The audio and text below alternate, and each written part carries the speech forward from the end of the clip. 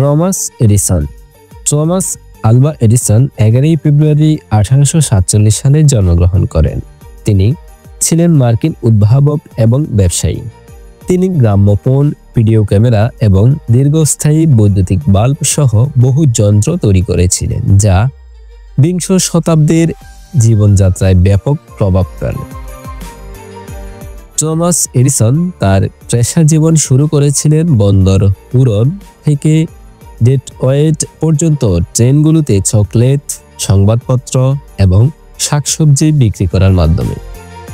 তিনি 13 বছর বয়সে প্রতি সপ্তাহে $50 লাভ করতেন, যার বেশিরভাগই বৈদ্যুতিক এবং রাসায়নিক পরীক্ষার সরঞ্জাম কেনার জন্য ব্যয় করতেন।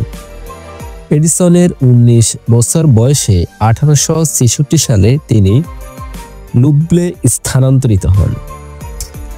সেখানে তিনি কর্মচারী হিসেবে একটি কোম্পানিতে যোগদান করেন। 1867 সালে এক রাতে তিনি ক্লোরে-সালফিউরিক অ্যাসিড ছিটিয়ে একটি সীসা অ্যাসিড ব্যাটারি নিয়ে কাজ করেছিলেন। এটি ফ্লোরবোর্ডের মধ্যে এবং নিচ দিয়ে এটি গিয়ে তার বসের ডেস্কের দিকে ছড়িয়েছিল। পরদিন সকালে এডিসনকে চাকরি থেকে বরখাস্ত করা হয়েছিল। পরবর্তীতে টমাস এডিসনই আবিষ্কার করেছিলেন বৈদ্যুতিক bulb, motion picture camera, Telegram এবং ইবিএম।